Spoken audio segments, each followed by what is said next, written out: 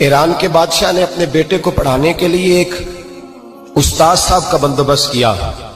उस्ताद साहब को कहा कि मेरे बच्चे को दीन पढ़ाइए, मैं चाहता हूं कल इसने इनाने हुकूमत को संभालना है तो ये दीन से आगाह हो जाए, इसको कुछ सिखाइए, पढ़ाइए। बहुत नेक बुजुर्ग बड़े दरवेश आलिम पढ़ाने लगे, असबाक मुकम्मल हो गए, दीन के असबाक कुरान मजीद पढ़ाया, अहादीस तैयबा का दर्स दिया, उसूल फिक़ह से रूशनास कराया। जब बच्चे ने मुकम्मल तालीम हासिल कर ली और आमीन हो गई, दस्तार हो गई, फारिग हो गए, तो फिर एक दिन उस्ताद साहब ने कहा बेटे कल तुमने जरूर आना है, कुछ बात करनी है। शहजादा गया मिलने उस्ताद साहब से। उस्ताद साहब ने कुंडी लगा ली, हाथ में दुर्रा पकड़ लिया, मार मार के पूरे वजूद को जख्मी कर दिया। कोई गलती नहीं, कोई बात नहीं, मारा। अब बच्चा आया आके बादशाह सलामत से कहा कि अब्बा जी समझ नहीं आई, बड़ा मारा है उस्ताद। तो सियाने थे ना बादशाह, यहां तो कारी साहब रोज कटहरे में खड़े होते हैं, मौलवी साहब आपने मेरे बच्चे को क्यों मारा है? आप 8,000 के मौलवी हैं, मेरा कई करोड़ का बच्चा है, सवेरे बदल लेंगे। खबरदार आपने बच्चे को हाथ लगाया, अपनी हैसियत में रहे माज़अल्लाह। जो कौमें उस्तादों को कटहरों में खड़ा करती हैं वो तरक्की नहीं कर पाती।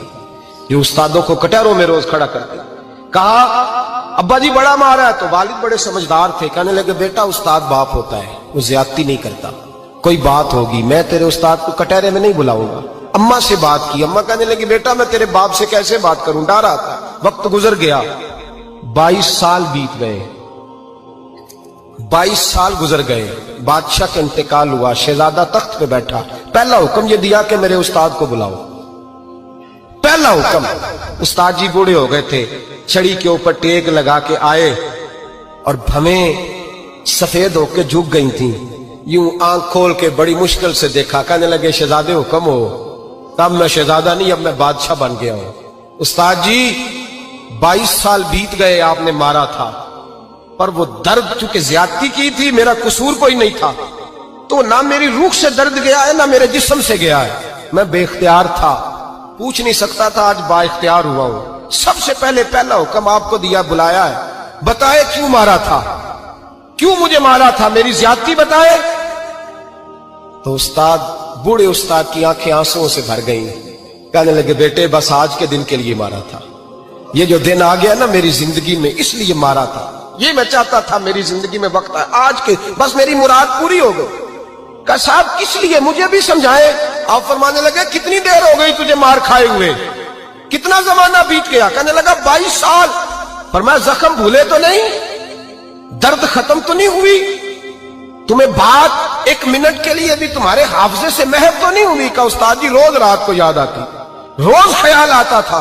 उस्ताद कहने लगे भाई तू बेख्तियार था, पूछ नहीं सका, 22 साल तुझे याद रहा, मुझे पता था तू एक दिन हुक्मरान बनेगा, मैंने तुझे इसलिए मारा था कि बेटे याद रखना, किसी पे जुल्म न करना।